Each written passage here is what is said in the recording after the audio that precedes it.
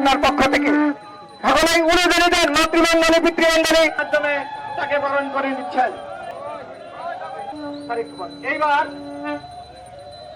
আমাদের ফুলের পাবনায় উৎসবমুখর পরিবেশে জগন্নাথ দেবের রথযাত্রা অনুষ্ঠিত। রথের বাহন নিয়ে সনাতনী ধর্মের হাজারো ভক্তবৃন্দ নেমে আসে সড়কে।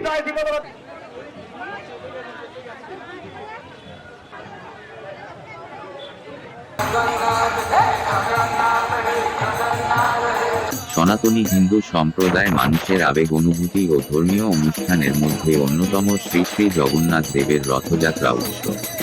শত বছরে ঐতিহ্যমণ্ডিত এই রথের যাত্রাকে উপলক্ষে করে প্রতিটি শহর গ্রামে হিন্দু ধর্মের বিশ্বাসী নারী পুরুষ, যুবক যুবতী, কিশোর কিশোরী থেকে শিশু ও বয়স্ক সকলেই এই রথযাত্রায় অংশগ্রহণ করে থাকেন।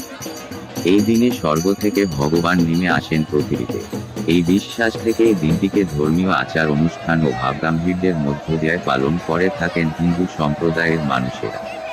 এই দিনটি উপলক্ষে জেলা শহর পাবনাতে এই বছর 3টি স্থান থেকে রথের বাহন বের করা হয়। শহরের শ্রী শ্রী জয়কালীবাড়ি মন্দির প্রাঙ্গণ, রাধানগর বারাড়ি মন্দির প্রাঙ্গণ ও রাধানগর সবুজবাগ এলাকার ইস্কন মন্দির প্রাঙ্গণ থেকে পৃথক পৃথকভাবে ভক্তবৃন্দরা রথযাত্রার বিশেষ বাহন নিয়ে শহরমুখে যাত্রা করেন।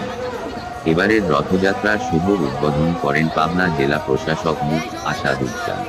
এ সময় পুলিশ প্রশাসন সহ স্থানীয় হিন্দু সম্প্রদায়ের দায়িত্বে থাকা বিভিন্ন নেতৃবৃন্দ উপস্থিত ছিলেন।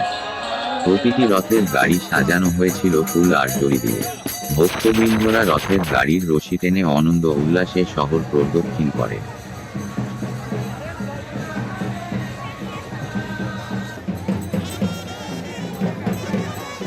বিকেল 5টা থেকে এই রথযাত্রার কার্যক্রম শুরু হয়ে চলে রাত 8টা পর্যন্ত। রথযাত্রা উপলক্ষে প্রতিটি মন্দির প্রাঙ্গণে চলছে রথের মেলা। একদিকে রথযাত্রা, অন্যদিকে রথের মেলা, সব মিলিয়ে শহরে উৎসবের আমেজ সৃষ্টি হয়েছে। প্রতিটি স্থানে এই ধর্মীয় উৎসবকে সুষ্ঠুভাবে সম্পন্ন করার জন্য বিশেষ নিরাপত্তার ব্যবস্থা গ্রহণ করেছেন পুলিশ প্রশাসন। @24 পাবনা।